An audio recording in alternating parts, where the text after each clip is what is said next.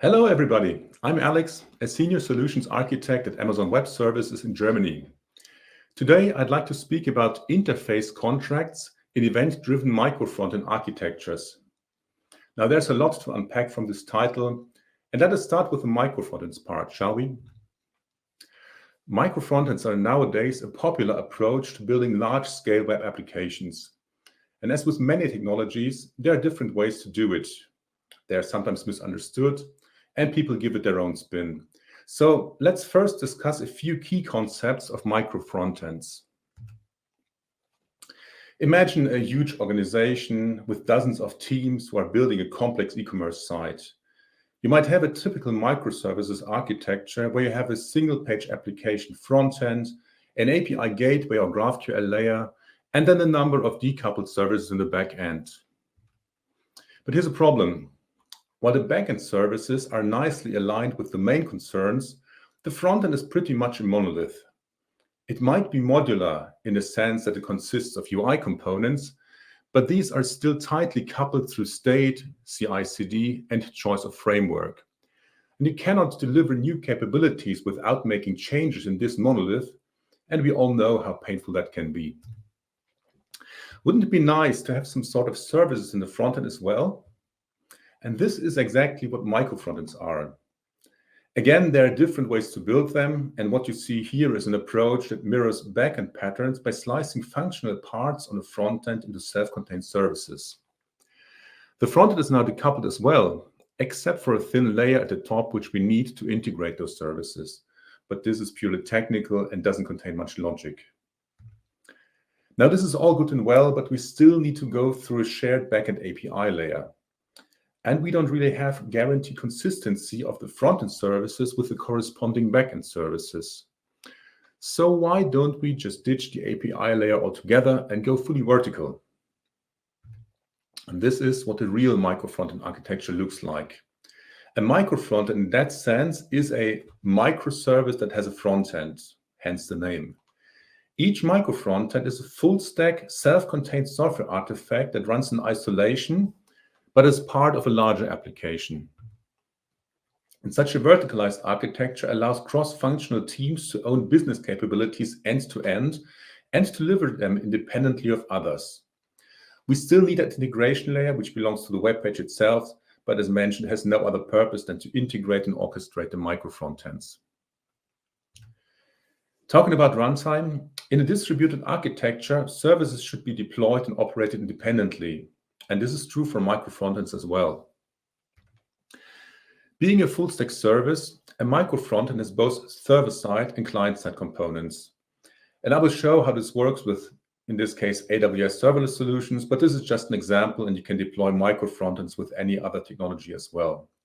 The reason why I'm mentioning serverless solutions here is that this setup is very cheap and simple to operate, and thereby to be owned by the teams. In this example, the frontend is completely static, meaning that it doesn't need to be generated on each request. Therefore, all it needs is some sort of object storage where we deploy it, and then a CDN to deliver it. In the backend, this works well with one or more functions as a service, in this case, AWS Lambda. And these functions are exposed to the web through a little API gateway. In addition, but more or less optionally, the microfrontend could have a serverless database such as Dynamodb for persistence. As those services are built based on actual consumptions, it is perfectly fine to have dozens or even hundreds of such stacks in your application. It is important, however, that the backend capabilities of a microfrontend must not be shared with other microfrontends. They are purely private. If there are shared concerns such as authentication or shared data providers that you need, it is better to extract this functionality into dedicated shared microservices. However, keep in mind that shared dependencies can slow down delivery, so keep them to a minimum in such an architecture. Now that we have seen the infrastructure stack of such a microfrontend, let's talk about how they work together in an application. What we see here is an example of a flight booking web page. It consists of a search box, some filter settings, and a result list. Now, where on this web page do we see microfrontends? This is not easy to say, and to be honest, there's no single right answer. We can approach this, however, by borrowing the concept of a bounded context from domain-driven design. And this way, we can identify natural boundaries between independent contexts. In addition, we can think about non-functional aspects such as reusability, performance, security to structure a web application into microfrontends. But the most important indicator for things that belong together, so to speak, are the communication patterns. If some elements in your architecture need to talk a lot and exchange complex information, maybe they belong together. So what is it? Is the whole search experience a single microfrontend? Or is each of the main elements a distinct microfrontend? For the purposes of this talk, I'll pick the middle ground and say that the search is one microfrontend and the results, including the filters, are another microfrontend. Why? Because both could be used standalone and the logic is fairly decoupled. If I would have the filters as a distinct microfrontend, we would introduce a lot of complex communication between the filter criteria and the result list, and the filter actually would be useless as a standalone capability. They only make sense part of a results list. So this is why we say these are two microfrontends on this page. And please keep this image in mind for the next sections because we will be referring back to it. So far, we have only placed two microfrontends on the web page. So let's have a look at how we can define interfaces for them to communicate and interact. What you see here is the HTML code of a very simple web page with microfrontends. Where are the microfrontends, you ask? Here they are. 2 lines of code each, at least in the HTML page. So the first line of each block is a so-called custom element, which represents the actual microfrontend. If you don't know what custom elements are, these are HTML tags, which you can define yourself, including sub-elements, styling, and even logic.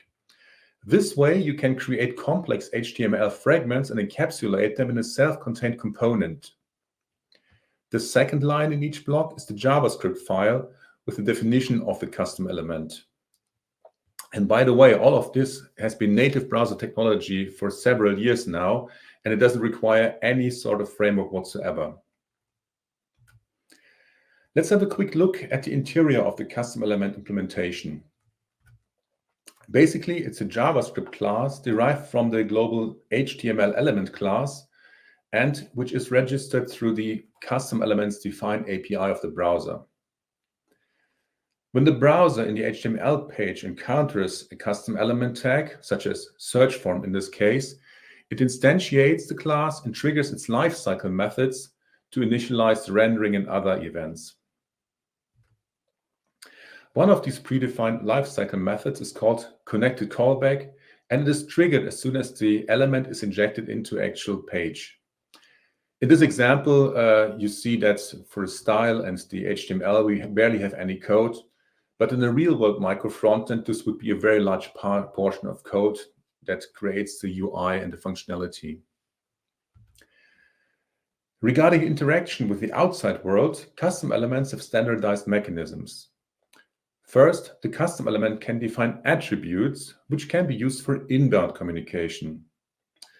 If attributes change at runtime, the custom element can listen and react to those updates.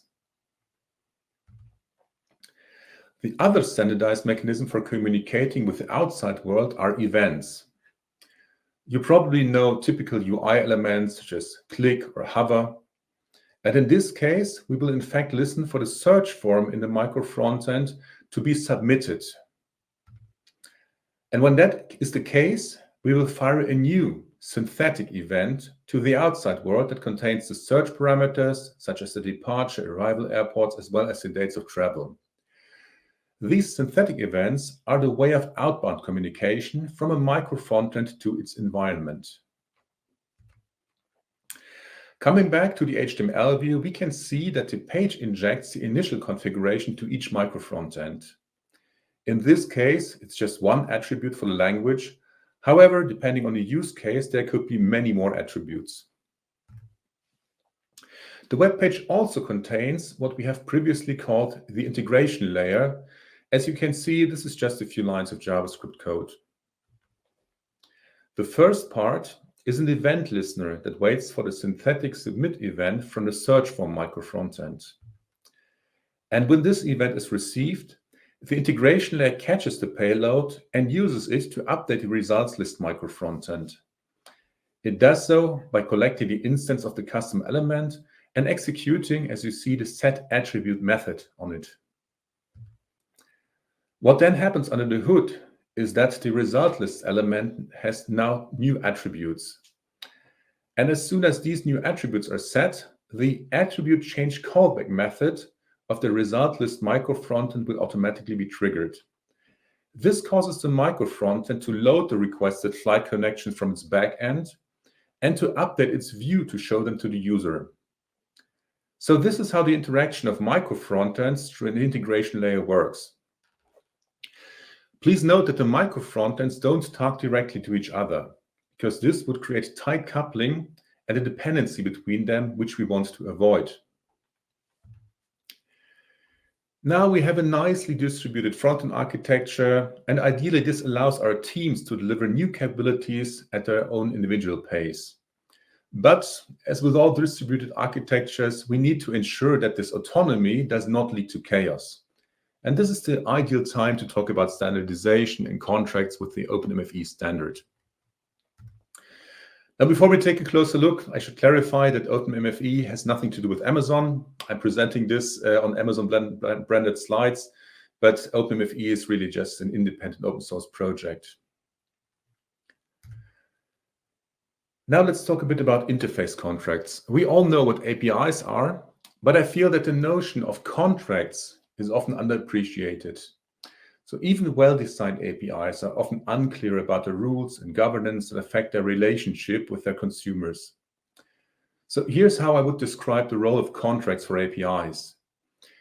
An interface contract extends the technical capabilities of an API with a formalized commitment between the API provider and one or more consumers to interact under agreed rules. This is kind of similar to an insurance company offering a boilerplate contract to its customers, which they can choose to agree to, but not renegotiate. And these kinds of commercial contracts are embedded into governance, such as common laws and practices that exist on a society's level. And this is what OpenMFE does for microfrontends. OpenMFE comes with three key elements. The OpenMFE specification is an RFC-like document that governs the runtime behavior of microfrontends and formalizes the communication flows between microfrontends and their host environments. Second, the open source tooling allows testing and integrating microfrontends. Finally, the OpenMFE website offers extensive documentation on best practices to address real-world implementation challenges. You might wonder what runtime governance is supposed to mean. In plain English, it forbids so-called side channel interactions of a microfrontend with its environment. These interactions are technically possible, but using them would undermine the goals of this architecture. If we would not govern this, developers might be tempted to take shortcuts, such as injecting styles in the host page HTML. And you can't blame them. These shortcuts might have good reasons, such as performance optimizations. However, they are detrimental to encapsulation and decoupling, and additionally, they often have unintentional side effects, which would impede resilience and evolvability of the overall application. So in fact, a large part of the OpenMFE specification are rules forbidding such side channel interactions, and the documentation then explains how typical concerns can be addressed alternatively. So as we are forbidding lots of things, how should microfrontends interact after all? As we've seen before, we can use attributes and events for inbound and outbound communication, thus forming the interface between microfrontend and its environment. But the actual semantics of a microfrontend specific attributes and events need to be formally published. And this is done through a manifest file in YAML format. The structure of this manifest file is mandated by the OpenMFE specification, which is inspired by the Open API standard, also known as Swagger. So let's have a look at the key elements of such a manifest file. First, the manifest file contains several fields that describe the microfrontend to a human user. This is technically not part of the contract, but it provides context to developers and can be used to automatically create documentation. Another group of fields provides the custom element tag name and the URL from where to load the microfrontend code to allow for automatic integrations and testing. But the largest part of the manifest file is taken up by the precise description of the attributes and events that form the interfaces. Each attribute that is accepted and each event that could be emitted by the microfrontend must be documented in the manifest file. And the description of those attributes and event structures is formalized through Json schema. This means we can exactly state which values and structures are accepted as attributes or emitted as events. Now, in this talk, we are barely scratching the surface of what is possible with microfrontends. Therefore, the OpenMFE website has a lot more details on how to develop microfrontends, how to address common challenges, and how to build entire websites around microfrontends. At the same time, as you see on the right, we have several code repositories on GitHub, most notably a validator that will check if the manifest file is formally valid. Also, there are several example repositories of microfrontends that you can run locally to get an idea of how they work in practice and use as a starting point for your own implementations. But in order to give you an idea of the applicability of this paradigm, let's have a look at how we can use this approach to incrementally modernize a web application. So imagine you have a legacy website. And again, I mean a huge e-commerce application with, let's say, thousands of pages and with business critical capabilities. All of this would be owned by dozens of development teams across your IT organization. How would you modernize this website? Would you build everything from scratch and release it with a big bang? You can, of course, do this, but it will be extremely risky and is very likely to cause a ditch on your earnings as the application matures over time, right?